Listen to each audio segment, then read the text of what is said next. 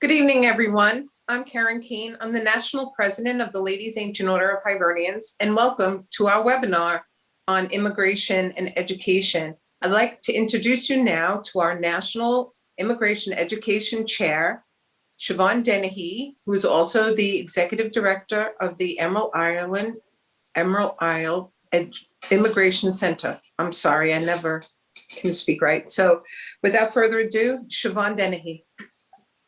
Oh, thank you, Karen, and good evening, everybody. I'm delighted to be here this evening, and certainly gratified that we've been joined by so many individuals online already through the power of Zoom, and certainly the technical help of Marilyn Madigan. I wanted to also thank Karen for appointing me as the LAOH Immigration and Education Chair, and certainly part of today's mission and any subsequent webinars that we pull together is to try and focus on the whole idea of education. I started to think about bringing together some individuals who could be subject matter experts and who could help me educate the community on some of the history on immigration to the US. And I wanted to thank our panelists for joining us this evening as we seek to demystify some of the more complicated elements of a very, very diverse and long immigration history to the US. So we're going to look back at some history. We're going to bring the discussion to the current day. We're going to highlight some challenges that currently exist within the community, and we're going to focus on some of the organizations providing support to the Irish community nationally. So the first person that I wanted to thank for joining us is our panelist, Dr. Maureen Murphy. Her credentials were rolling through the screen early on. I would like to also add that Dr. Murphy is a very long-serving board member of Emerald Isle Immigration Center and was most recently secretary of the board of Emerald Isle. She's also Professor Emerita of Teaching from Hofstra University. I've had the privilege of hearing her speak and lecture on a subject that's very, very close and dear to her. She is about to walk us through some history about young Irish immigrant women who arrived in New York, who arrived in the US between 1883 and 1908. It has become her passion. I'm delighted that she's going to walk us through some of that early history here this evening. And again, without further ado, I would just like to say, Maureen, welcome. Thank you for joining us, and we look forward to your presentation. Thanks very much, Siobhan. Diva Karja. Hello, friends. I first want to give a shout out to the ladies AOH, because during the Great Irish Famine curriculum, when we were writing the Great Irish Famine curriculum, they provided the funds to buy books for elementary and middle school children for the school libraries. And I'm very grateful. It was very, very helpful to the curriculum and to the kids. And I thank the ladies AOH for their generosity. Let me talk a little bit about immigration before and after the famine, because land is the question here, always. Before the famine, the farms were divided up among the sons. So everybody got a piece of the action. It meant, of course, for the girls that they could stay in Ireland, they could find marriage partners, and we find a tremendous increase in the population coming up to the Great Irish Famine. After the famine, things change. And after the famine, one son inherits, usually the eldest, and one daughter is given a dowry. The rest have to fend for themselves. So what you get is girls can choose to be an unpaid servant in her brother's house. They can go into religious organizations. So we get a tremendous growth in the number of nuns, for example, during that period. Or they can emigrate. And emigration, of course, is what we're talking about today. And most of the single young girls who emigrated after the Great Irish Famine emigrated from the Irish counties and often the Irish-speaking counties of the west of Ireland. Most of them went into domestic service.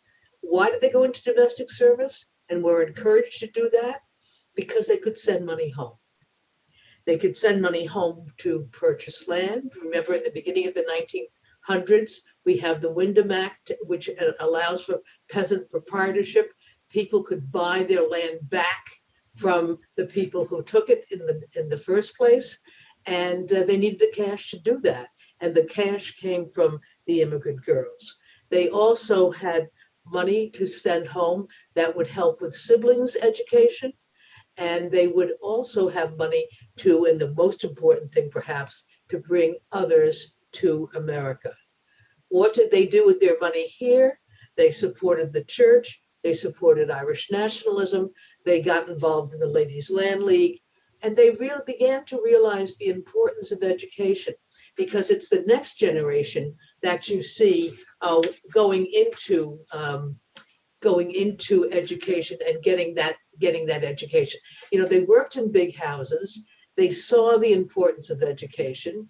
They had themselves national school education, many of them, and they realized that the importance for their kids, particularly their boys, was to get as much education as possible. My own particular interest is the work of Charlotte Grace O'Brien. And who was she?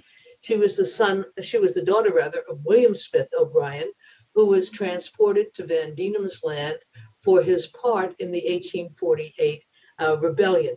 It was during the famine. People were desperate, and there was a very short rebellion. Charlotte Grace herself was born in 1845, the first fall of the Great Irish Famine, and her father was sentenced to be hanged, but it was changed to transportation. And when she was 11, he was released and he came back to the continent. He couldn't come back to Ireland, but he did at least get to the continent. And he wrote to his daughter while he was in prison, and he said to his daughter, everyone should be useful. He wanted all of his kids to do something to be useful. That daughter, by the way, was the mother of Stephen Gwen. Some of you may have heard of Stephen Gwen. Charlotte Grace started as a one-woman woman of letters. She became very interested in nationalist things, land reform and emigration. She supported the Land League, but she didn't think it did enough for the agrarian landless laborer. So she was very concerned about those people without opportunities in Ireland who were emigrating. And she did three things for emigration. She started an immigrant's home. She was concerned that people were being taken advantage of when they got to Queenstown, or Cove, we would call today. They sometimes, the ship on which they had booked a ticket wasn't coming for a day or two, so they had to stay in local boarding houses, and they were very much taken advantage of. They were really fleeced there. So she started an immigrant home, and that was her first effort. She had to give it up because she was boycotted by the local merchants, and she had to, she ran out of money. The second thing she did, which is very important, she was visiting her sister-in-law, looked out the window and saw the Germanic, one of the White Star liners, out in the harbor. And she went out to have a look at it. And she was horrified because she said, while the single men were in quarters of their own, the single women were booked with married couples, or as Charlotte Grace would say, people who said they were married, and they had no privacy and so forth. So she wrote to the Board of Trade, she began to lobby for a change in their configuration, and it was she who put the single women in the back, the single men in the front, the married people in the middle. And if you remember on the Titanic, it was the single girls were in the stern of the ship. They didn't realize that the ship had taken water. It was the single men who got back to let them know to get off the ship, and they did. Some of them got off the ship 20 minutes before the ship sank. And finally, and most significant as far as I'm concerned to immigrant safety, is that she proposed to create what became the mission of Our Lady of the Rosary for the protection of Irish immigrant girls. And it was a facility that provided advice and accommodation for more than 100,000 of the Irish immigrant women who landed at the Port of New York between 1883 and, well, I use in 1930, which was the last cohort. The mission itself started in 1883, and let me just perhaps mention something about them. I have lots of stuff to say, but I'm aware that my time is short. So let me just talk about,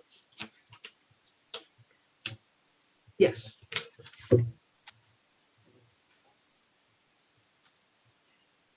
I looked at the cohort that came through. They started in 1883, but the first Ellis Island building, was a timber building and it burned. So they lost their records. So the first records that they have, which I looked at, were April 24th, 1897 till April 31st, to August 31st, 1898. And it was a cohort of 1,736. And I looked at that as opposed to the last year, 1930, the actual last year is 1940, but we have 1930 really was the last final year of immigration. And the cohort was 2,074. The mean age of the first group was 19 and a half. And the mean age of the second group was also 19 and a half. There were times when it went up to 21, 22, but notice how young the girls were coming out. We have girls who were 14 or 15 coming out by themselves. Where did they come from? For earlier cohort, Mayo, Galway, Cork, and Kerry. Look at the same people coming out in 1930, Galway, Mayo, Kerry, Cork. And the historical changes between 1897 and 1930 in Ireland. We had the lockout. We had World War I. We had the 1916 Rising. We had the War of Independence. We had the treaty. We had the Civil War. And of course, in the United States, we have the Depression and the fall of the stock market. Who did these girls go to? 45% of them went to sisters or aunts, females with the same surname. And by the time they came in 1930, what changes did we see? Well, at the mission, they were able to telephone family members and let them know that their immigrant relative had arrived. So that was a very important change. There were more varied locations. People went to more different places after in 1930. There were more ages at the top end. It seemed like people got to a point in Ireland where they felt nothing was happening for them. Their other choices were very limited. They could stay and work for their brother. They could go and join the religious order. No, they could go to America. So we have more ages, more age variety at the top end. What we see also is more immigration from the northern counties. It's not a significant number, but it is a more number. And the other thing that we see is that some of the girls who come back as single women or come back singularly, but they have husbands. And so 22 of them, of that cohort, had husbands. The other thing that I find in that second group is that some religious orders would go over to recruit for young women to join the religious orders to work in the United States, in hospitals, in childcare centers, in education. And so we have a lot of those religious organizations coming in to take postulates. For example, the Sisters of Charity of the Incarnate Word in Houston had a whole bunch that went through. Okay, well, I think I've talked for 15 minutes. I think that's my limit. So I'm going to turn the microphone back to Siobhan, who will go on to our next speaker. Thank you. Thank you, Dr. Murphy. I realize what a ridiculously challenging task I gave you in order to try and condense your lifetime of work and attention on this particular group of women, and condense it into the 15 minutes that you did so masterfully for us. But I want to thank you, and I think it's really important to understand a little bit of the history from where we're coming, because the next speaker that we have joining us this evening is going to focus on some more of the work that he started. We're being joined by Ray OHanlon, who's going to talk to us a little bit about his new book. Ray, I don't think needs any introduction to many of us who serve in the Irish community nationally. He probably deserves more of our thanks for all of the attention and the great writing and the contributions that the Echo has made to us for many, many years. In fact, the Echo is heading for a 100th marquee birthday in 2028. So looking forward to see where we're all going to be for that. Ray is born in Dublin, like myself. We did not know each other, but we grew up probably less than a mile away from where we were both born. Ironically, we both arrived in America in 1987. Ray joined the Echo in 1988 and began his career with the paper, and really expanded the coverage of Irish American life and activities beyond just the New York area. During the 1990s, Ray, then senior editor of the paper, continued to manage and expand the Echo's drive for an even greater, wider variety of stories. He was also a contributor to PBS Broadcast out of Ireland for at least 2 years, but his beat has always been the immigration issue, and he covered it in one of his first books, The New Irish Americans, and really focused on a lot of the work done by the Irish immigration reform movement then in the early 80s and 90s. And that particular book was a recipient of the Washington Irving Book Award.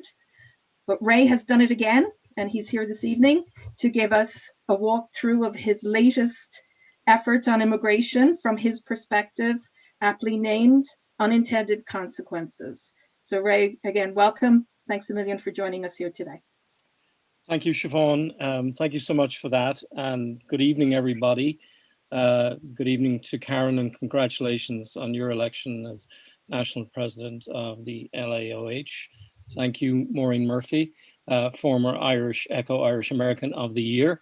When you talk about my time and my arrival in America, Siobhan, I should make mention and pay tribute to the woman who gave me a job when I needed one, Claire Grimes, who was the publisher of the Irish Echo at the time. And Claire was responsible for many of the changes that the Echo, positive changes that the Echo went through in the late 80s and the 1990s. So thanks to Claire. The matter of education, I don't have to be convinced. I am the grandson of a teacher. I am the son of a teacher, and I'm the husband of a teacher. I tried teaching myself for a little while in Dublin before I came over, and completely exhausted me.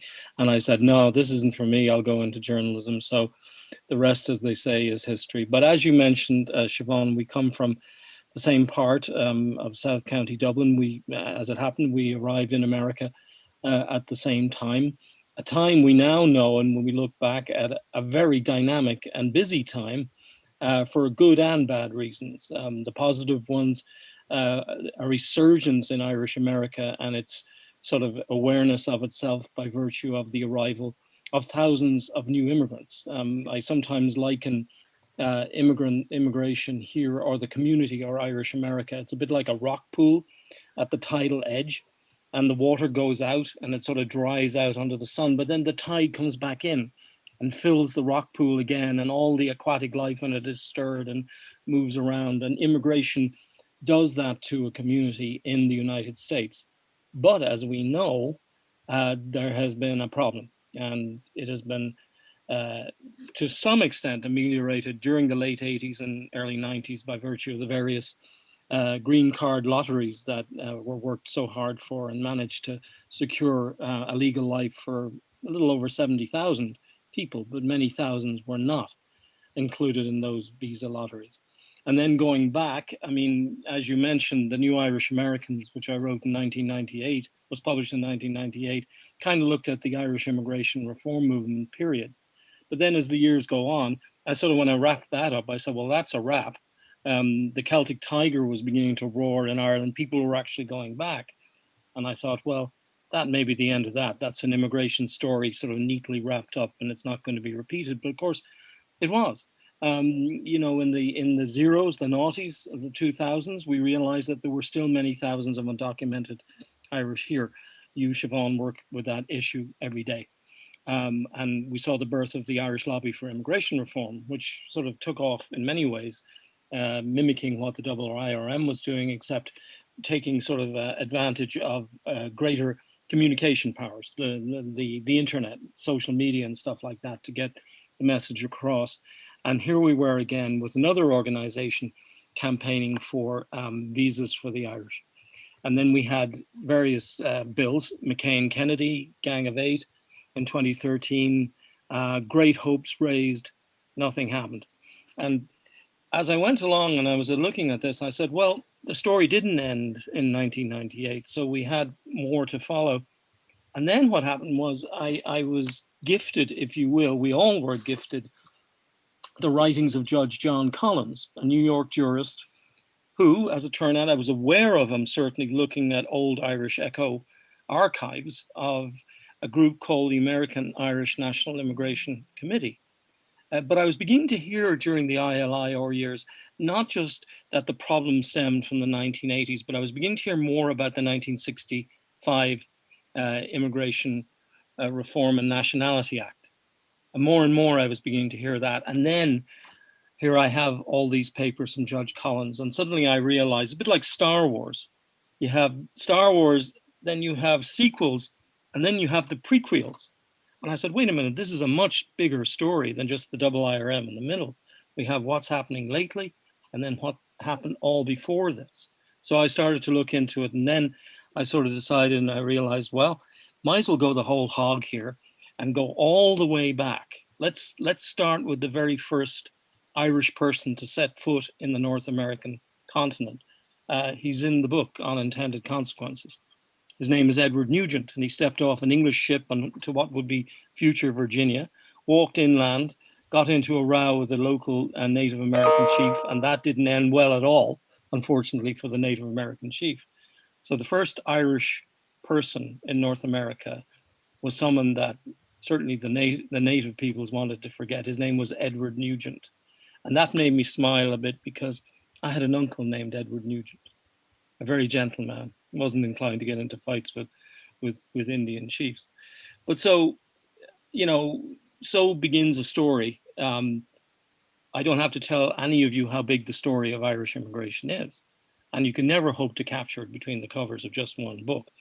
But I hope I would have an essence in there of it and a narrative tale, and certainly of the last 50 or 60 years, a record of the legislative battles that have taken place in Washington through succeeding administrations and Congresses to try and sort of, to some extent, drag back the situation for the Irish to a point where they're not completely excluded from the United States, which is currently the case, almost completely. A couple of chapters are kind of standouts in the book.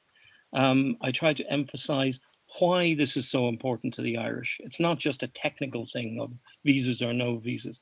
Why is Irish America so important to us? Why is this community? Why is this continuation of immigration so important to us? Why do we want people to be able to come here legally? A couple of chapters in the book, the one dealing with JFK's funeral and the Irish cadets from the Curragh rifle drill team being at Kennedy's graveside. It was an extraordinary thing. It was resented by the Pentagon and the US military, I can tell you. The other chapter, Annie Moore and the Power of Sentiment.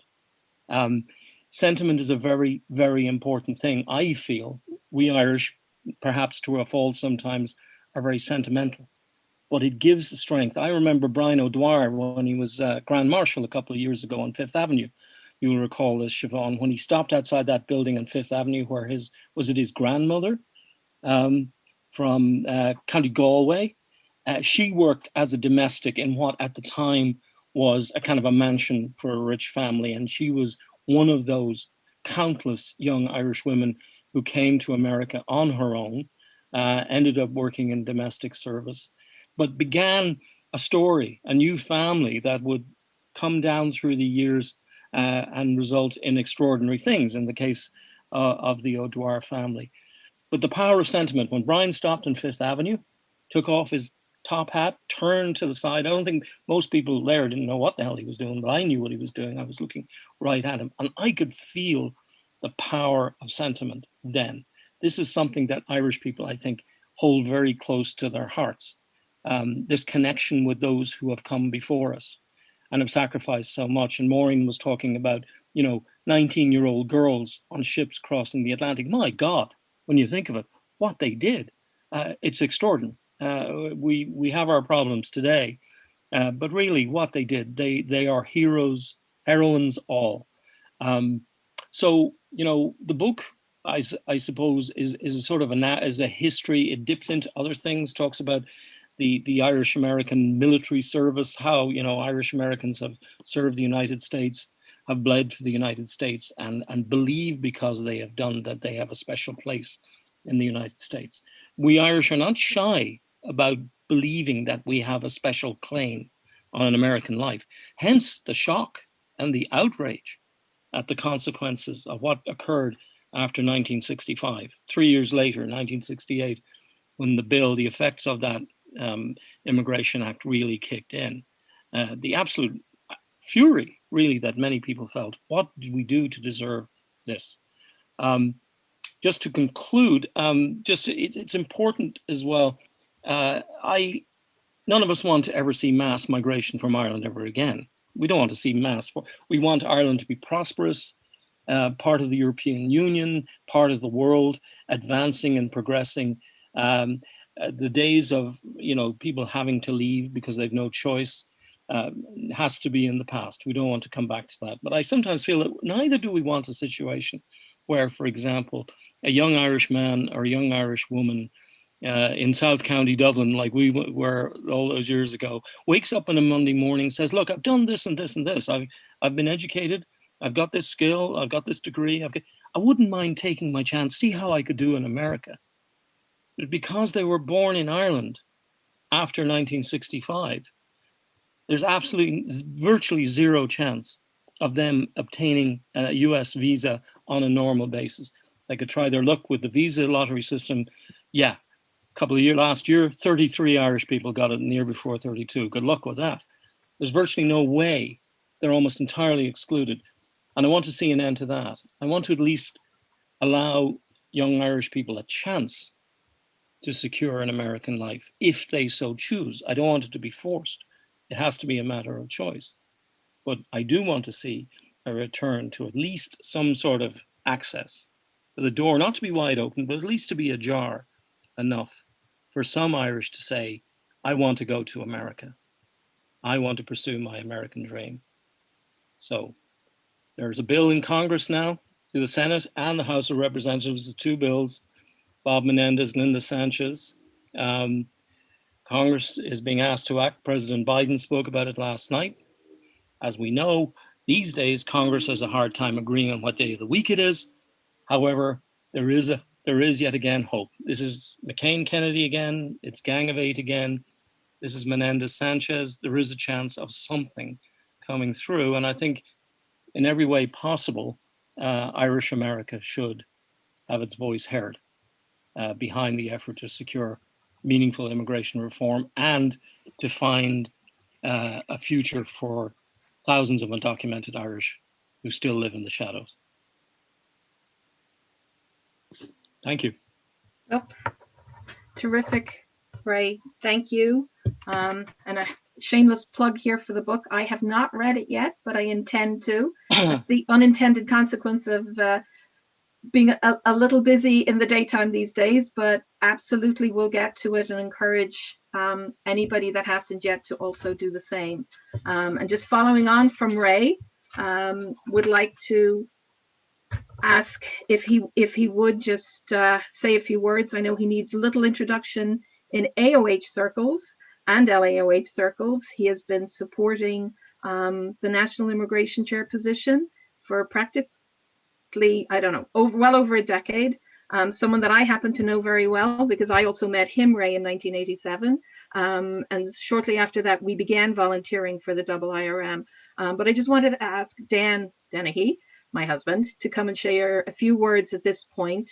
We'll need to unmute you here, Dan. Wish I could do that on other occasions, but if we can unmute you, and just if you would recap some of the work from your perspective as a national director for the AOH. Well, thank you. And ladies, it's good to be here with you and Ray. So many good friends. I just want to also say that to everybody that's watching this on Facebook and YouTube, I'm honored that we're joined by Martin Galvin, our national FFAI chair, our past national president, Eddie Wallace, and three of the national directors that worked with me so well in the last few years, John Wilson, Ed Halligan, and Bill Sullivan. And the reason I bring up these names is because, like the faces that I see in front of me here and the names that I see, we're across the country. We all have a connection to Ireland. And the Ancient Order of Hibernians and the Ladies Ancient Order of Hibernians, Ray points out so emphatically in his book, have been here from the beginning of the struggle to make a way in this country. And we help pave the way. And we're the only organization, the men and the women, to have in their bylaws that immigration is an important part of our work. So when I think of Judge Collins, who becomes such a part of Ray's book, he was a New York County Ancient Order of Hibernians member when he was doing all that work.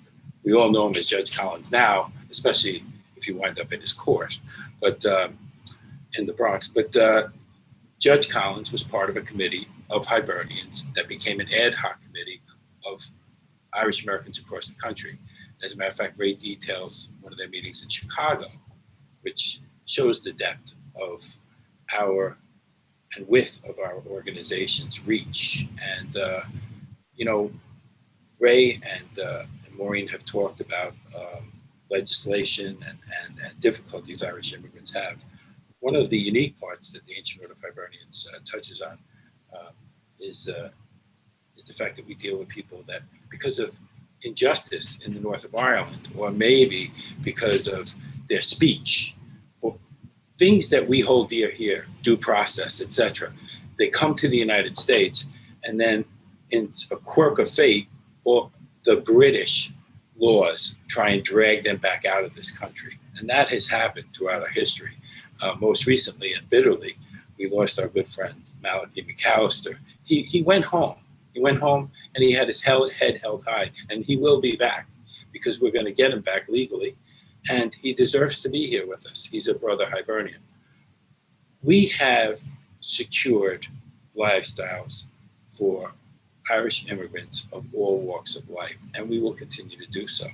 And it's because we can work with the rest of the community, whether they're Irish or not. And the improvements that the Irish have made to immigration were not for themselves. It was for the greater good.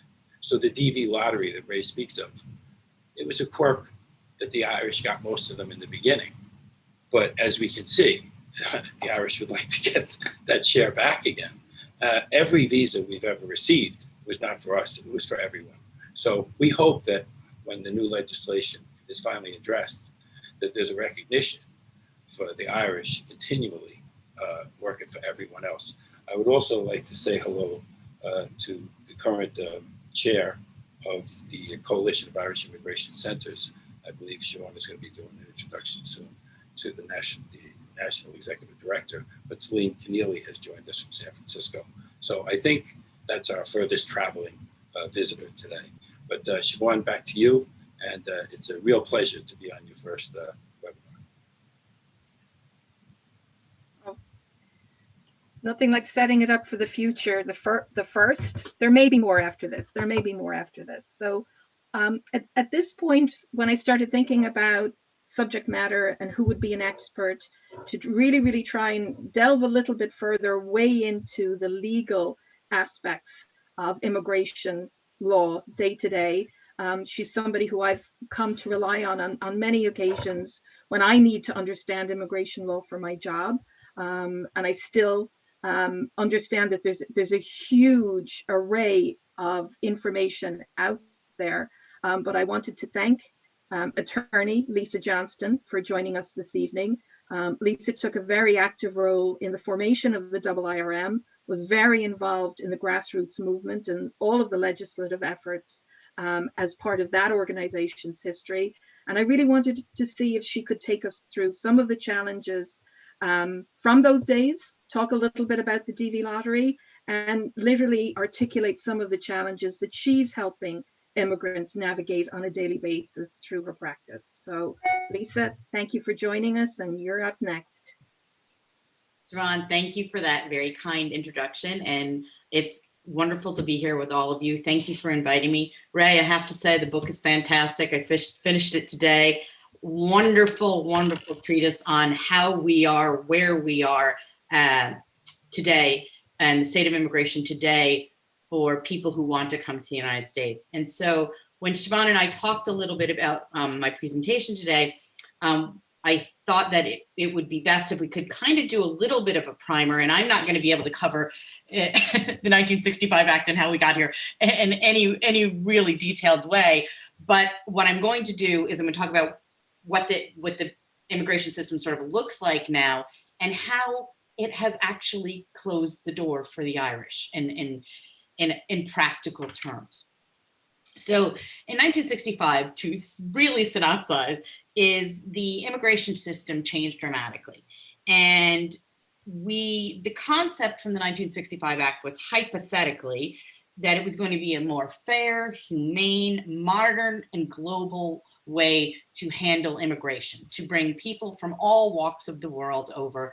I don't think, and I think Ray will attest this, I don't think there was the full-on intent was that we were going to close the doors to traditional sending countries like Ireland, Italy, Great Britain. But as a practical matter, what did happen is that it did. And let me kind of break down the system for you. So the new system effectively established 3 paths for immigration. And I'm not going to talk about non-immigrant visas because that's a whole other webinar. But for immigration, meaning green cards, there are really 3 paths. There is the family-based preference system, there is the employment-based system, and then there is the asylee and refugee program. We're going to leave aside the employment-based and the refugee because, again, those areas are huge in and of themselves.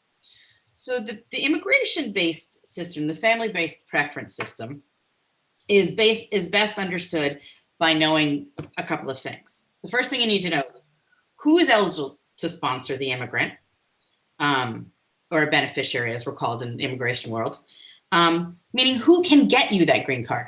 Pre-1965, pretty much any relative could put up their hand and say, I'll sponsor you, I'll bring you over to the United States. That changed dramatically in 1965. And so what we ended up was a system where you have US citizens who could sponsor their spouse, their unmarried child under 21, and their parents. Okay, these folks are called immediate relatives.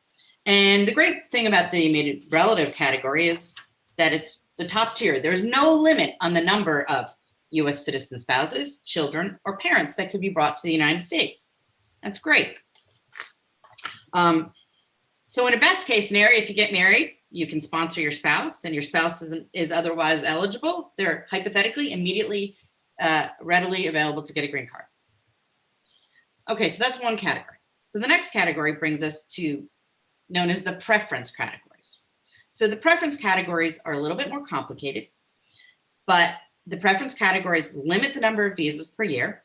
And these numbers of visas are typically determined by the overall limit on family-based immigration. So effectively, the overall limit on family-based immigration is about 480,000 visas a year. It's actually not a lot of visas. We hear a lot about how immigration is, we are overwhelmed with immigrants. 480,000 visas on family-based immigration, not much. So then what you do is you take out the less the number of immediate relatives, and then you get a number, which is usually 260,000 visas a year. And that number is hypothetically a moving number, but there's always more people who want visas than visas are available.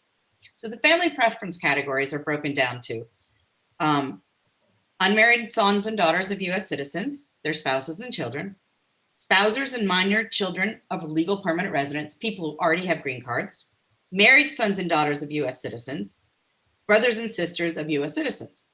Okay, so it sounds like we've got a pretty wide swath of people who can bring folks over. But the devil's in the details and how the system practically plays out. So first and foremost, as I said, there's always more people who want visas than are visas available. In fact, many, many hundreds of thousands of people want visas than visas are available.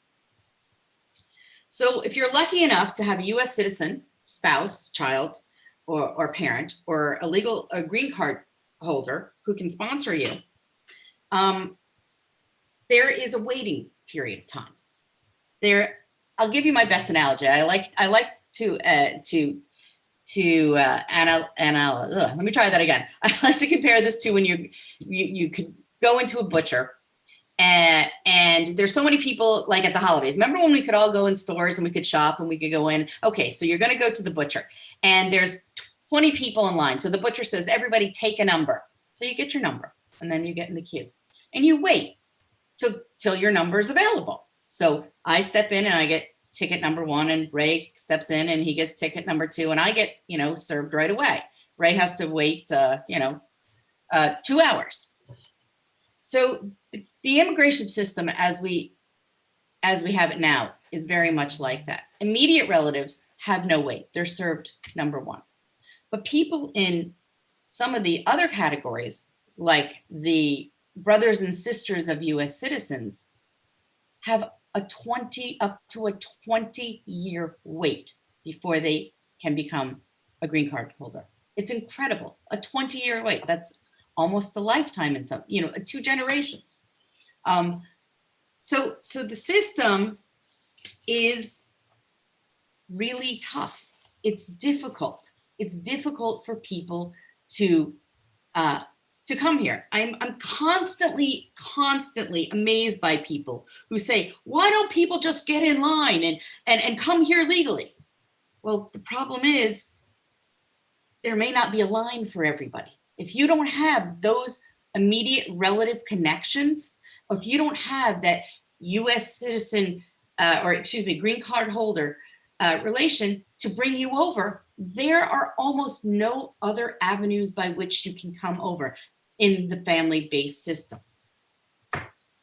So what happens here, and Ray again, shout out to Ray again, and in both of his books, is in the 1980s, in the late 1980s, when we had a huge flux of young people who wanted to come to Ireland, we started to see a lot of people, like a lot of people here tonight, get involved in immigration and lobbying, saying, hey, we're interested in figuring out a way to bring these folks over because they can't get here. And I remember so much in our early days, if you'll give me a minute here, in our early days of the IRM, doing cold calls with Sean Minahan and others to people in the Midwest and say, hey, we're doing this immigration thing. People can't come here. Irish people can't immigrate. And people were incredulous. They could not believe that this was not true. And in fact, many people actually still believe this is true, that there is a special door for the Irish simply because we're called a traditional sending country, but there isn't. And that's why we're in sort of the situation we are in today. And I want to kind of give a quick history of what is available to people who are coming from what we call traditional sending countries, like Ireland, Italy, and many other countries. The only door which we have, other than those immediate relatives and those relatives who can sponsor you, is through a lottery program. And the lottery programs kind of date back to 1986, and I'm going to do a really quick brief here because I'm sure I'm running out of time, is we had the Donnelly visa program. We had which gave us about 4,000 visas for the Irish. We had the Berman visa program, which really only gave us 500. And then we had, of course, the uber successful Morrison visa program, which everybody here was in some way involved in. And that made 120,000 visas available for what we call adversely affected countries. Countries like Ireland, countries like Italy, traditional sending countries, a lot of European countries who ended up having a break in the stream of immigration, so they could no longer send people over legally. So we came up, and I'd say we collectively, many of us came up with ideas about how to get the Irish and traditional sending countries over. And these were these lottery visas. And Morrison was extremely successful. We got 48,000 visas out of it. It was fantastic. But that's because there was a set aside. That's because we were early in on the program. That was because we gave shout out to education. We had wonderful people who did wonderful jobs like the Immigration Center, educating our Irish wannabe emigres as to how to get these visas. And it was a great program. And it still is, except, and nod to Ray again, it had some unintended consequences when we moved on to the long-term lottery program, which is known as the diversity visa program. The diversity visa program still exists today, and it was conceived in 1990 to increase the level of immigration from Ireland and from all these other traditional sending countries without giving the Irish special treatment, I want to point out. And this is really key here in what we're talking about. And to establish a permanent pathway for members of these traditional sending countries. Unfortunately, that didn't happen. What happened was, and let me explain the diversity visa program very briefly if I could. The diversity visa program is a true lottery. There are 50,000 visas for immigrants that are post-1965, send historically low rates of immigrants to the United States. And without listing everybody, there's a whole number of countries, and that number, that the countries change per year based upon the previous year's sending countries. And each section of the world is broken down: Africa, Asia, Europe, North America, South America, Central America, Caribbean, and the Oceania. And each section gets a separate number of visas. No country, no single country may receive more than 7% of those available visas. Now, it's a true lottery in that you can only put in one application, and there's really two qualifications. You must have a high school education or its equivalent, or you have to have 2 years experience in a job that requires 2 year experience to make application to be successful. Then winners of the lottery are randomly selected by a computerized drawing. So it sounds great, right? We have this wonderful program, except here's what happens. Ireland is a very small country in many ways. It has a small population versus somewhere like Poland or Ukraine or Uzbekistan, all of the countries whom Ireland is lumped in with in Europe, because that is the section where Ireland gets their visas. So all of these other large population countries ended up sending lots and lots and lots of applications in. And so what ended up happening, simply by the sheer numbers of applicants, is you ended up a situation where Ireland ended up with very small numbers. This is not anything we anticipated with happening. And not to bore you too much with statistics, but I think this is very telling. So over the past 10 years, and I'm just going to take the past 10 years, there are about 167,000 visas in total given out to Europeans. And I'm not going to talk about the rest of the world. But over the past 10 years, only 654 of those visas went to the Irish. And when I say the Irish, we were lucky enough, without getting into the lobbying history here, to include Ireland and Northern Ireland as separate countries so they could apply together. But that 654 represents both Ireland and Northern Ireland. By contrast, over the same 10-year period, Italy sent 2,015. Albania sent 15,645. And Uzbekistan, almost 30,000 people. So it's a big, big difference. And I think Ray, you might have even given a more updated statistic, but my statistics in 2017 is 35 visas went to both Northern Ireland and Ireland. 1,300 went to Moldova, 1,300 to Turkey, 2,000 to the Ukraine, and almost 6,000 to Uzbekistan. So here we have this, what was purported and what we believed would be an open door, creating a stream of immigration for Irish immigrants in traditional sending countries. And again, unintended consequences. That door is not really open for us. So one of the things I wanted to reflect on tonight, and that everybody here is obviously very connected. There are more than 31.5 million US residents who claim Irish ancestry in the US. And Ireland and the US have strong political, ethnic, and religious connections. What we do not have right now is an immigration system that buffers and safeguards that historical connection.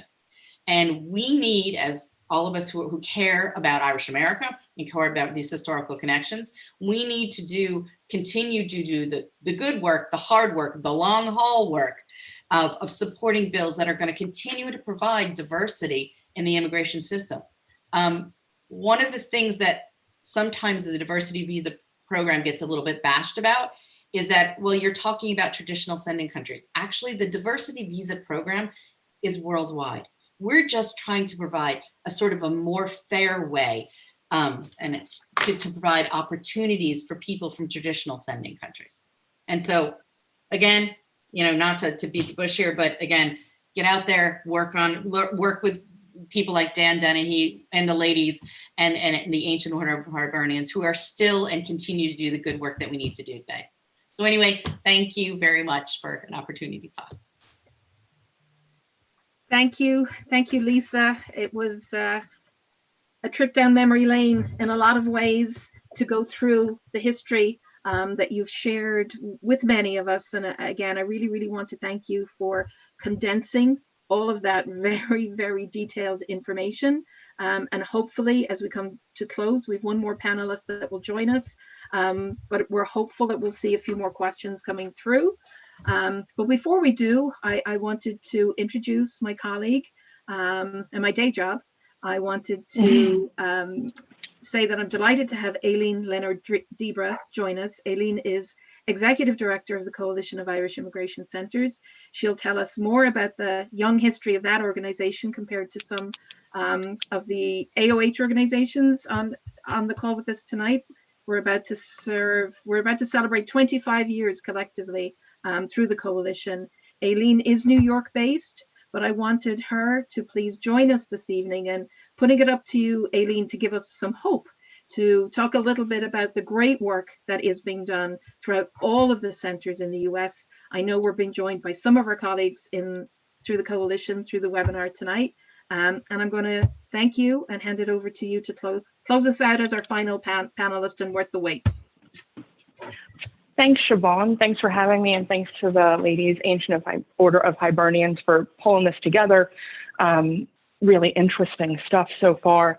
For those that don't know the Coalition of Irish Immigration Centres, we were founded in 1996 to promote the welfare of Irish immigrants in the United States.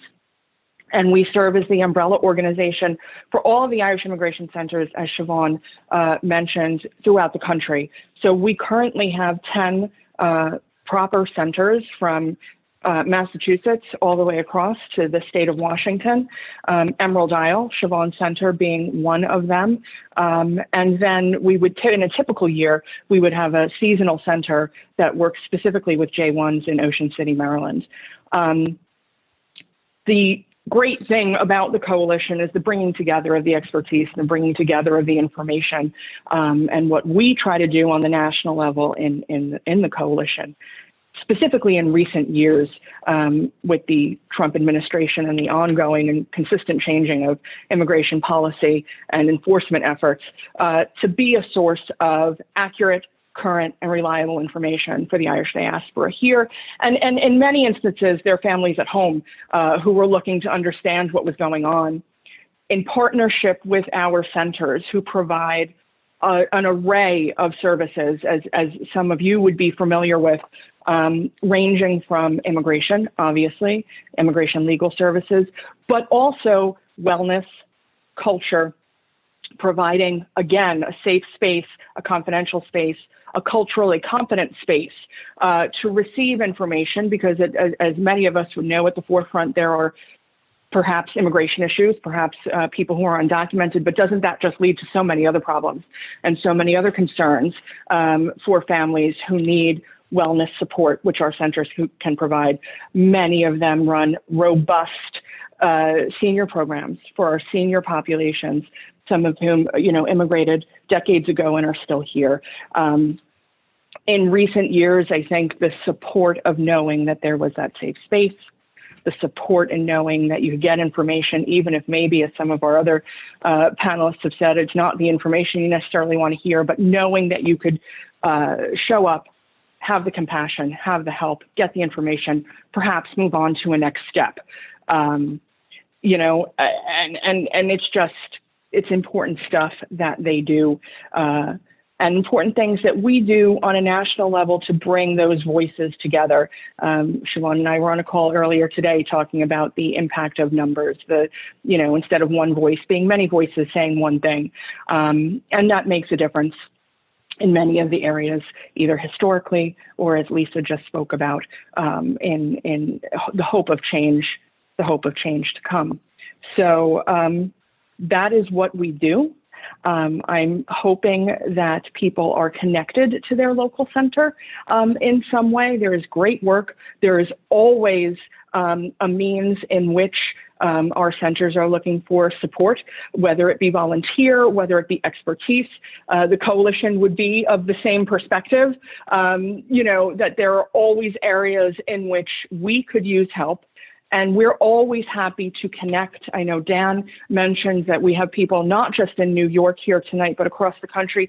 The coalition is always happy to be a connector with wherever your local center may be.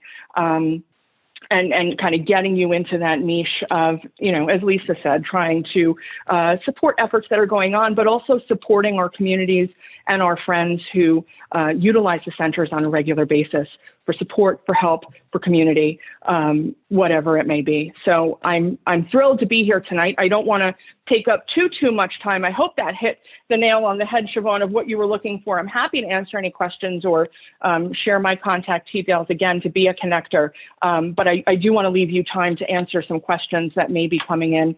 So I will stop there. Thanks a lot for having me.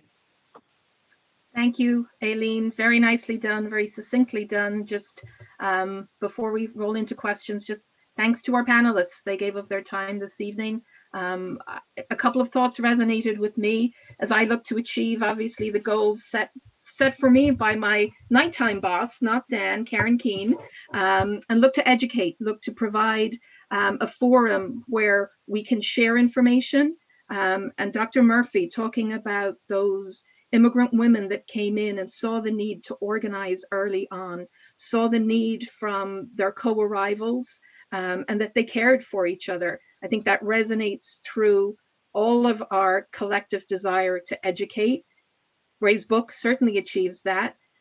Delighted to see how we use that going forward as we seek to provide continued support for the immigrant community, and certainly, Aileen, to your colleagues, thank you for that. And we get an awful lot of support from the community through the immigration lawyers that serve us in a number of ways. So Lisa, thank you for that this evening. I'm going to figure out how we're going to ask some questions, but I think we have somebody who's probably not a stranger to many of us. But the first question coming in is from Martin Galvin, if I'm not mistaken. Yes, Siobhan. Listen, first of all, I want to congratulate everybody. I want to doubly congratulate Ray. His book, The New Irish Americans, was great. I'm looking forward to reading this one.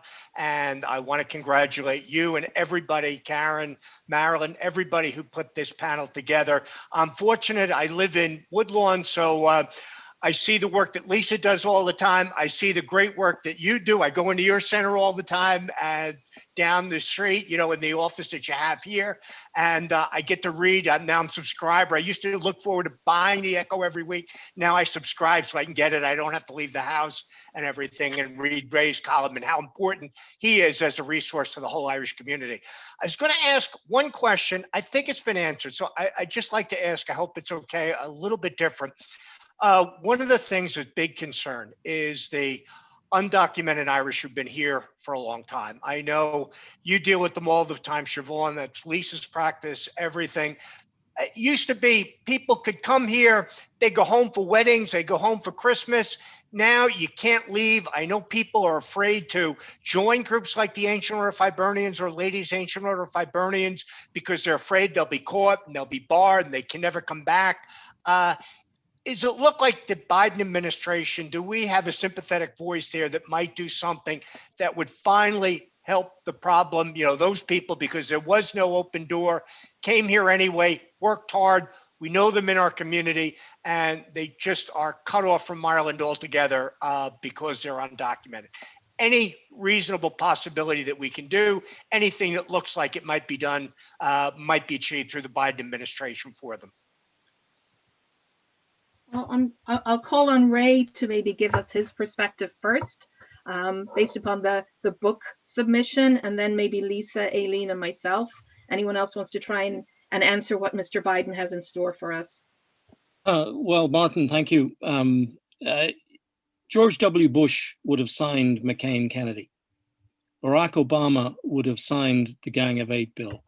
Donald Trump, forget it, but Joe Biden will sign pretty much anything that comes out of this Congress that smacks of immigration reform, that comes from the Menendez bill and the Sanchez bill, which of course brings us back to Congress. And this is going to be a hard and tough fight. And many sort of people who write about it have been sort of suggesting that the overall immigration reform package might be too big a pill for the Congress to swallow. So you might end up breaking it into sort of components, like the DACA component, for example.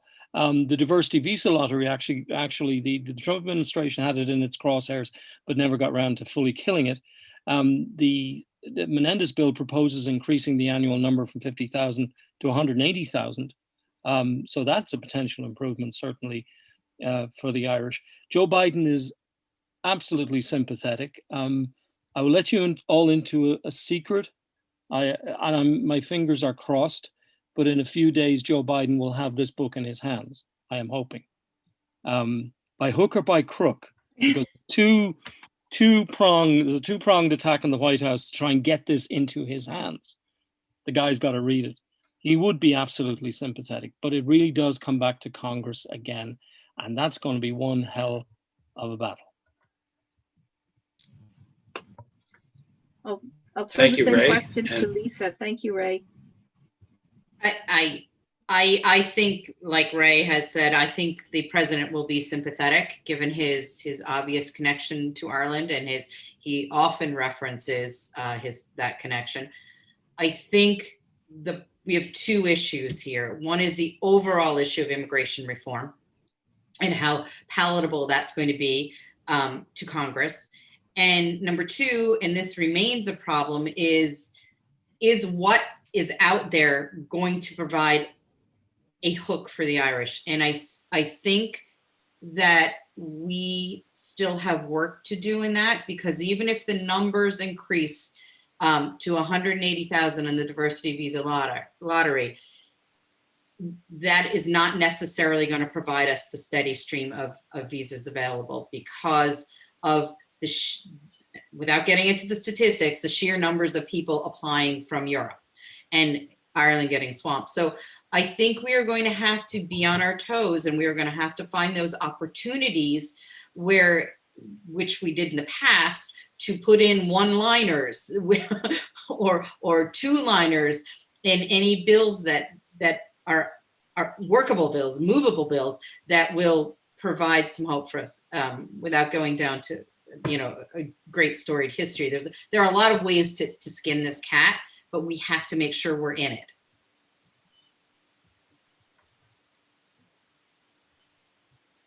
I'm trying to think. Dan, do you want to take it? Well, thank you, Siobhan. And one of the first things I want to remark upon is Aileen pointed out that the information, the advice that people get in the Irish Immigration Centers is honest, it's backed up with fact, it's secure, it's confidential. And that is a relief for the people that actually use the system. So one of the questions we received from Catherine Kissel was,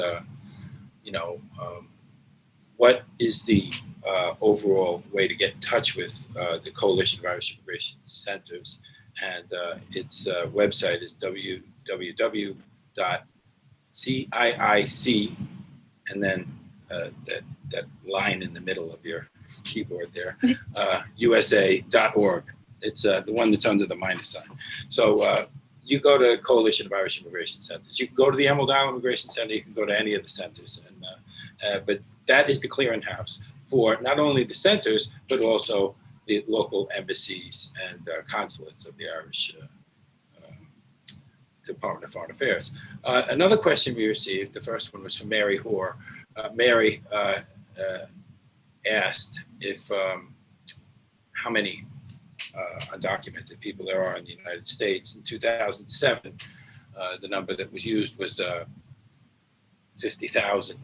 And that is a remarkable drop from the number that we used for the Irish immigration reform movement before the Morrison visa, which was over 150,000.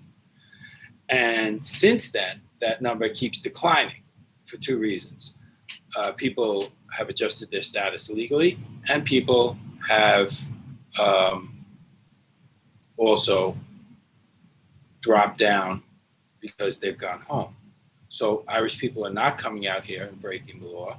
They are, for the most part, the remainder of that, people that have been waiting for many decades to get a visa. Martin Galvin has answered his own question and asked it. And people have asked how to get Ray's book. And Ray's book is available. Well, you can borrow my copy when I'm done, or you can go on Amazon, or you can go on Barnes & Noble, or you could go to Kindle, but buy it. Because, ladies and gentlemen, brothers and sisters, we are the only people that are going to advocate for Irish immigrants. And armed with the knowledge that you get from that book, you're going to be able to go to your legislator. The reason we've been successful throughout our entire history is because we know what we're talking about, and we're not afraid to go to our elected officials. So read that book and meet these folks, regardless of what affiliation they are, because they're your representatives, and only you can ask them and do it. I think that's the extent of the question. Yeah, sorry, Karen. No, I was just wondering if we're wrapping up now because I have some closing remarks. Yeah, I was going to circle back to Aileen and just see if she wanted to. Perfect. We've been kind of texting back and forth on the number of undocumented in the country. I think Dan handled it. We can also, if I was answering Ray for the media, there are times when we can't tell exactly what the number is today because of everything that Dan just outlined. But the fact that there are any at all is the fact that some of the work that has been started is still undone. And just educate yourself through your association with our centers, volunteer, and let's see what we could do to help fix it for the future. That would be, I'm sure, Aileen, anything to add there? No, I think you summed it up. I think we're coming out of very precarious times, and I think that hopefully, and I know the feeling on the coalition side and the center side is that there is hope. That as Ray alluded to or stated directly, there are bills that are being considered, and as Dan encouraged people to continue to get educated about what's going on, we will hopefully see some movement. At least I think in recent months, there's been maybe a sigh of relief that at minimum we're not under the stress and the microscope of the previous administration. So. Back to the boss. There we go. Karen. Is that me? Am I the boss? Okay. I just want to say thank you, Siobhan and Dan, for getting this together. Each one of our panelists, I think, could do a webinar on their own area of expertise. That's how I feel. So there's no way that I can thank you, but we might be reaching out and asking you to do something for your specific expertise that you spoke to today. I do want to say that we have two of our past national presidents on the ladies' side on the call right now, Carol Shire and Patricia O'Connell. We also have past national men's presidents, Ed Wallace from New York and Brendan Moore, also from the state of New York. Not that, but New York is New York, we're kind of in your face, New Yorkers. I do want to say that we have also on the call, and I would like Ray to know that I am a subscriber. Every Friday I get my Irish Echo in the mail, and I'm very excited about that. And our prior book author that we had on was John O'Brien from Cleveland, Ohio. He's also watching this. So we'd love for you to come and do a book review on your book and watch your sales skyrocket. Now, I don't know really, but I just say that. We can't thank each one of our panelists enough for taking time out of their lives to educate us on immigration. We're not able to do a lot of lobbying, as the LAOH is a not-for-profit, but we definitely are able to lobby for immigration for Ireland. So please work with us to help educate us on who we should be writing and what we should be writing. I also want to send thanks and greetings from the Men's National President, Danny O'Connell, and the Men's National Immigration Chair, Tom Lambert, who are both traveling to New York because it's the weekend of the New York State board meeting. And none of this would have happened without our immigration chair, Siobhan Dennehy, and our special envoy on immigration issues, Dan Dennehy. So once again, I want to thank everybody. And Siobhan, I'm sending it back to you for a final comment, and we will end the webinar. I'm very, very happy just to be able to say we're closing it out. I'm delighted that we got the participation that we did. At one stage, I saw we were over 70 participants. So the reason that we're on it all is thank you, Marilyn Madigan, and the wonderful connectivity that you were able to make happen through Zoom. Have a great evening, everybody, and hopefully we'll be staying in touch through fora like this.